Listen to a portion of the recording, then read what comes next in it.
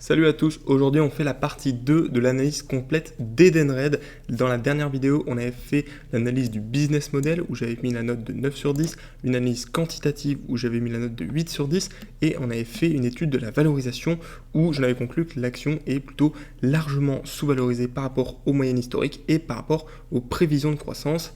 Donc avec ça, on a quelque chose quand même de très intéressant puisqu'on a une boîte rentable qui a de la croissance et qui est pas chère. Mais alors, que demande le peuple? Eh bien, le peuple, il demande une analyse fondamentale, c'est-à-dire, eh bien, est-ce que dans le futur, cette action, cette entreprise va performer aussi bien que dans le passé? Parce que tous ces chiffres-là, c'est bien gentil, mais ça ne nous donne pas vraiment ce qui va se passer dans le futur. Et c'est à ça que sert l'analyse fondamentale, c'est d'essayer de comprendre s'il y a un management, une bonne allocation du capital, des risques qui sont maîtrisés et un avantage concurrentiel solide. On va parler de ça dans cette vidéo. Donc, on y va, c'est parti. Et on parlera aussi à la fin d'un des problèmes actuels qu'a Edenred, c'est le changement de régulation possible au Brésil où le gouvernement brésilien voudrait changer la manière dont fonctionnent en gros les tickets resto et ça pourrait nuire au business model d'Edenred. Donc je vais vous donner mon avis sur ce sujet-là. Donc on est parti, on va faire cette analyse fondamentale en 4 points. On commence tout de suite avec le management. Est-ce que les intérêts du management sont alignés avec ceux des actionnaires, c'est-à-dire est-ce que le management a intérêt à ce que le cours de l'action monte? Et pour ça, il faut regarder déjà qui est au management. On a en fait comme PDG Bertrand Dumazy qui est là depuis 2015. Il ne faisait pas partie du management auparavant. C'est une personnalité qui a fait des études de finance, qui a été, il me semble, à HEC Paris. Donc on est sur typiquement un profil de chef d'entreprise qui a fait plutôt des grandes écoles. C'est pas forcément le profil que je préfère, mais pourquoi pas? C'est aussi une personnalité qu'on voit pas mal de fois sur des interviews à la télé, donc ça me plaît pas forcément. Je préfère des managers qui sont plutôt dans leur boîte, qui parlent pas trop aux médias, mais bon, en termes de résultat, il semblerait que Bertrand Dumazy ait eu des résultats, puisque depuis 2015, le chiffre d'affaires et les bénéfices ont eu plutôt tendance à augmenter, donc son action a plutôt été bénéfique pour les actionnaires. Maintenant, est-ce que le fondateur est au management ou au board? Non, puisque Bertrand Dumazy n'est pas fondateur. Et est-ce que Bertrand Dumazy est skin in the game, c'est-à-dire est-ce qu'il a des actions dans la société, une part importante, hein, au moins 1% de la société? Eh bien absolument pas, il a très très peu, je crois 0,05% du capital de la boîte, donc c'est très peu. Donc sur le point du management, bon, le management n'est pas incroyable selon moi. Maintenant, il a plutôt eu des résultats, donc je peux pas dire qu'il est incompétent. Il a plutôt été compétent sur les dernières années.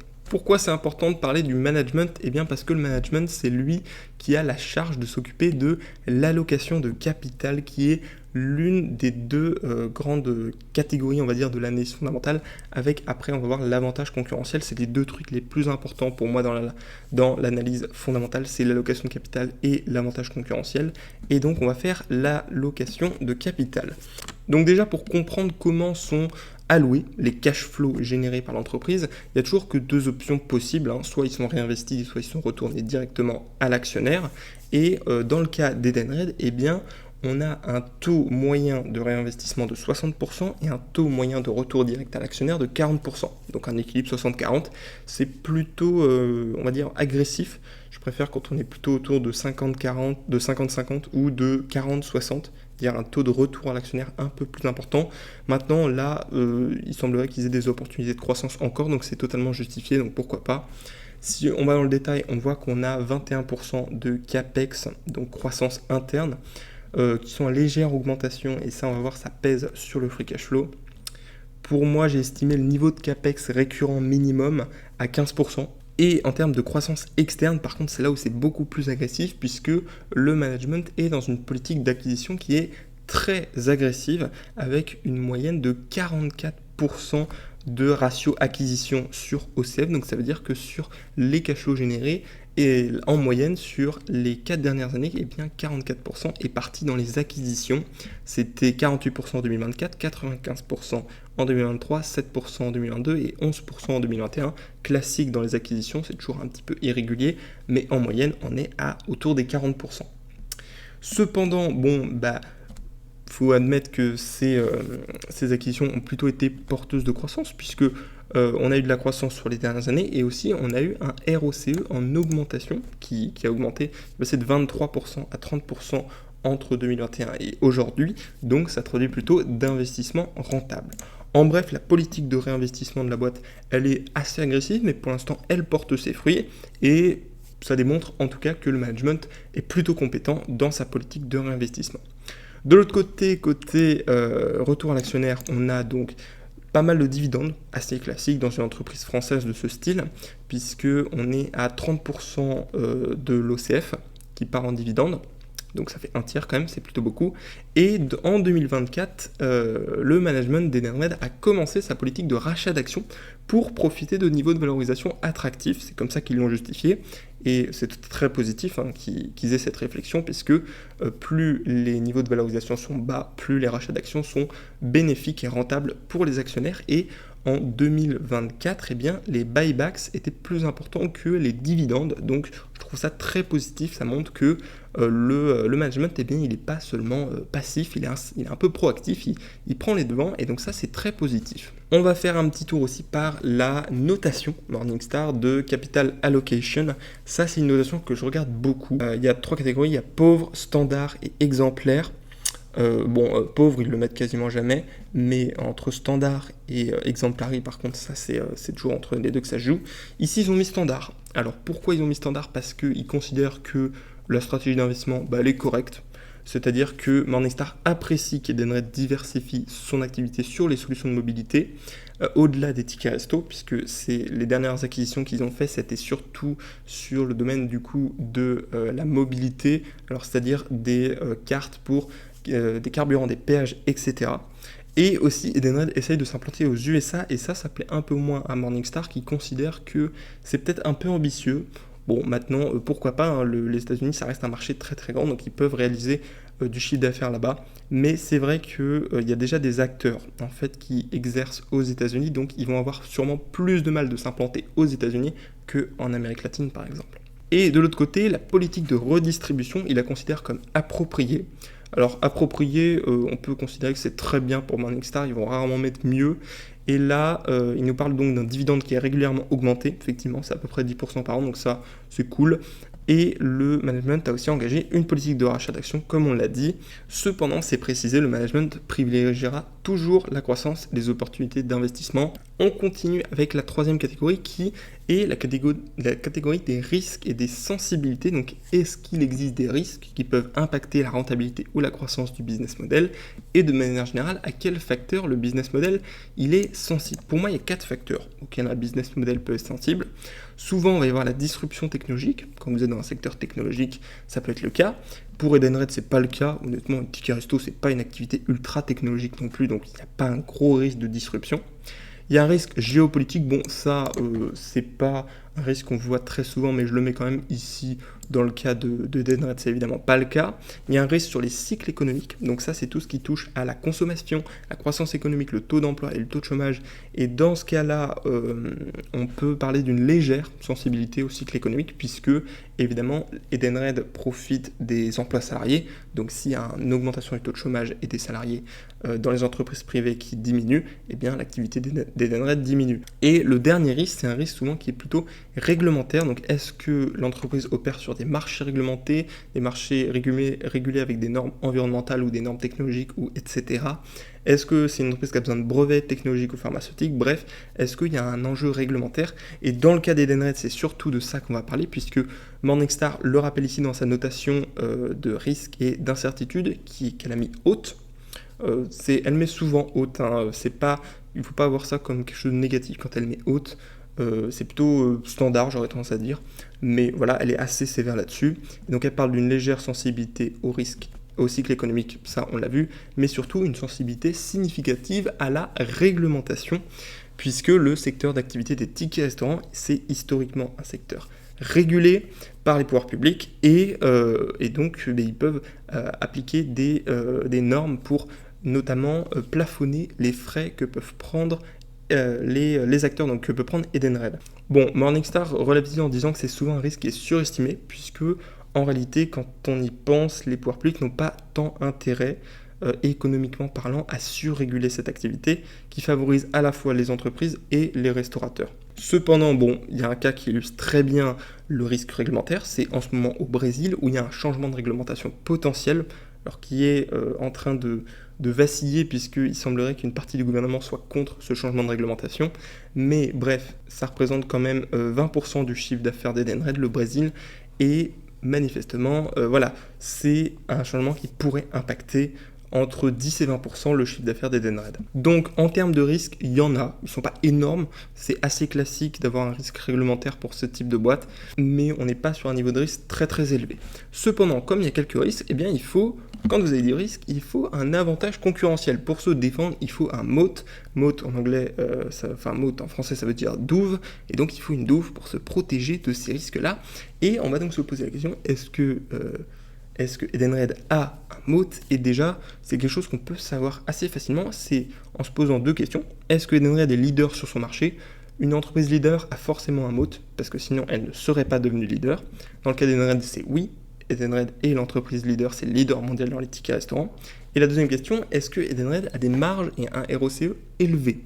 Et là, c'est oui aussi, puisque marge de free cash flow de 28% c'est très bien, et ROCE de 30% c'est très bien. Pourquoi ça c'est toujours vrai? Parce que globalement, quand vous avez une activité qui fonctionne bien, qui est rentable, comme celle d'Edenred, avec des marges hautes comme ça, eh bien il y a forcément d'autres acteurs qui vont vouloir aller dessus, et s'ils vont dessus, ils vont faire baisser les marges. Donc si une entreprise a des marges élevées, ça veut dire que les concurrents ne peuvent pas venir concurrencer cette entreprise, et que par conséquent, elle a un avantage concurrentiel.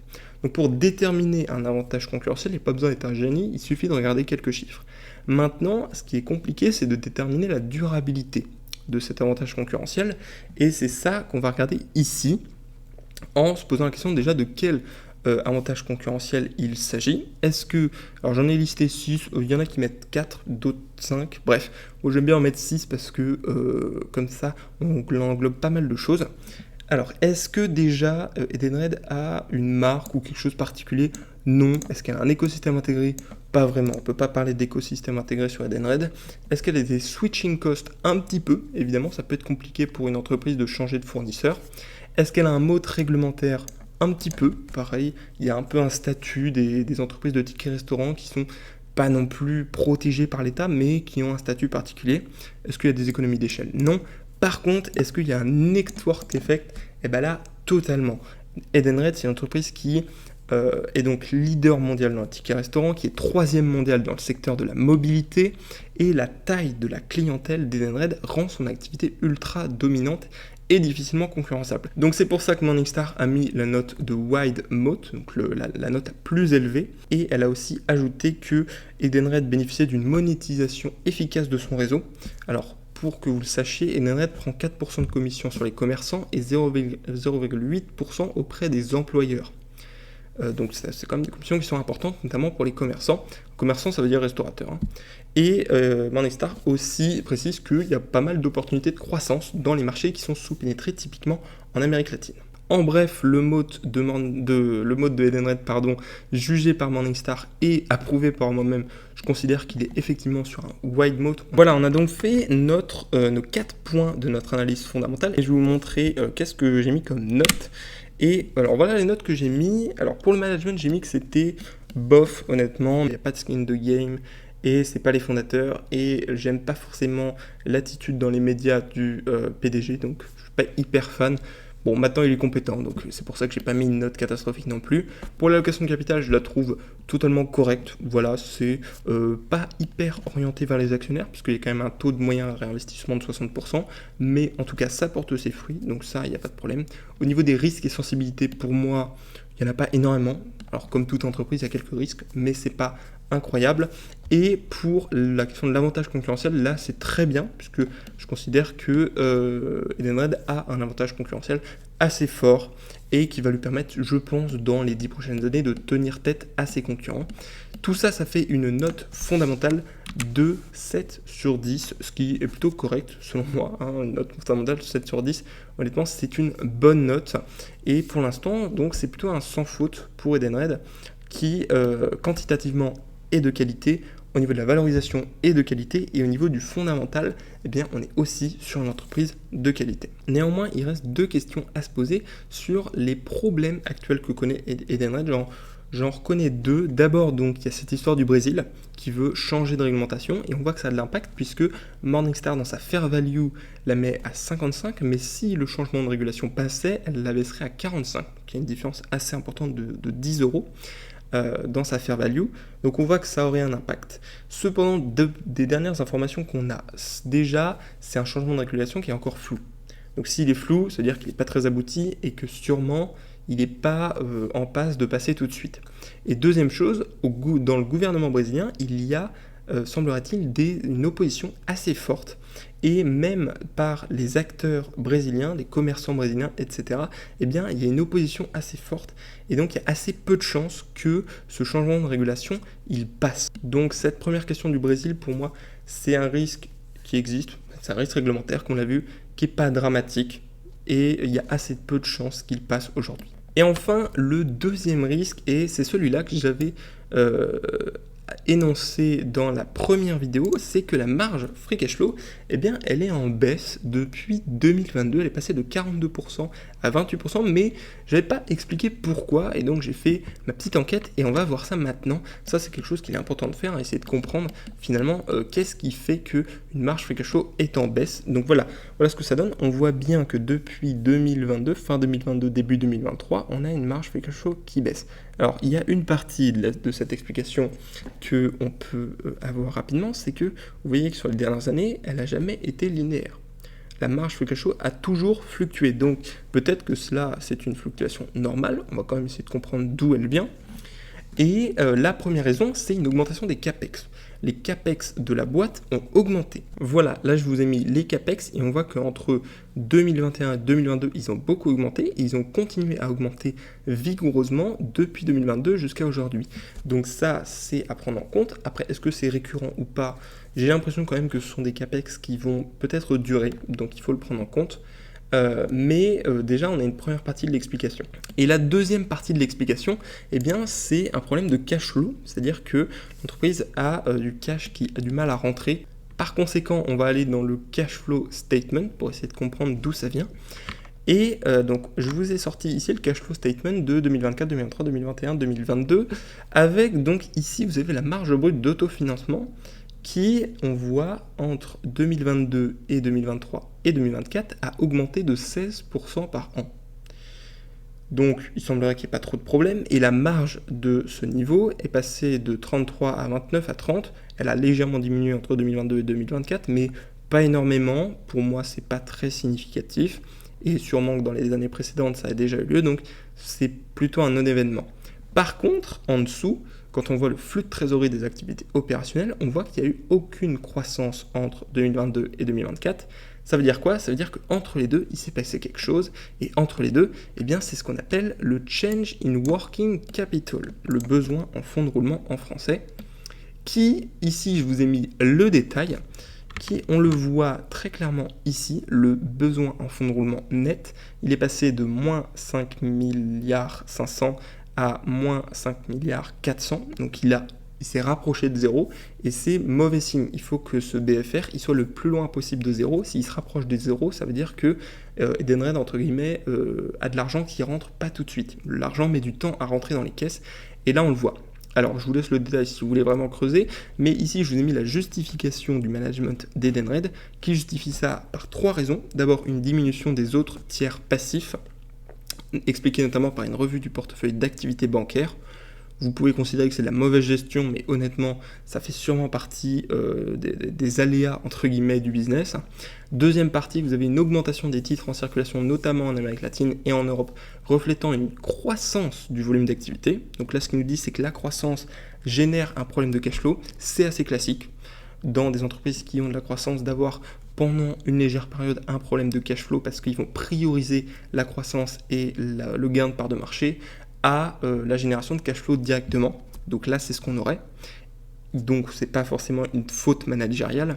Et troisième justification, c'est la variation des cours des principales devises pour plus de 125 millions d'euros. C'est ce qu'on a ici, différence de conversion 125 millions. Et là, c'est pas du tout de leur ressort en fait. C'est pas eux qui décident de la valeur de l'euro par rapport au dollar. Donc, on peut considérer que ça, c'est pas une faute managériale. Dans les 3 raisons, il n'y en a que 2 qui sont imputables vraiment à une faute managériale. Donc, pour moi, c'est plutôt un non-événement, honnêtement, cette variation du fonds de roulement. Et ce qui fait que que le flux de trésorerie des activités opérationnelles n'a pas augmenté, c'est purement monétaire, c'est pas du tout opérationnel et c'est pas du tout inquiétant structurellement pour la rentabilité de la boîte. Et si on devait faire une conclusion d'Edenred, est-ce que j'achèterais Edenred aujourd'hui ? Honnêtement, c'est une opportunité d'investissement qui pour moi est à considérer. Je considère qu'Edenred est à un prix qui est quand même très attractif. Après, sur ce genre d'entreprise qui ont des cours de bourse qui se cassent la gueule, souvent ça peut ça peut toujours baisser plus et la réaction du marché peut toujours être plus incompréhensible, en gros irrationnelle, voilà. Donc il n'est pas impossible qu'Edenred continue de baisser. Personnellement, j'ai commencé à ouvrir une position à un tiers de ma position finale sur Edenred et on va voir ce que ça donnera dans les prochains mois et surtout par rapport à ce sujet de changement de réglementation au Brésil qui pourrait évidemment impacter le business model d'Edenred. Maintenant, si ça vous intéresse, je vous mets tout ce document Canva en description pour que vous puissiez vraiment le fouiller, aller dans le détail de tout ce que vous souhaitez trouver et vous faire votre propre avis sur Edenred. C'est important que vous fassiez votre propre avis et pas que vous suiviez seulement un conseil d'investissement, pas du tout, juste mon avis en investissement. Bref, si ça vous a plu, abonnez-vous, mettez un like et moi je vous dis à plus dans une prochaine vidéo.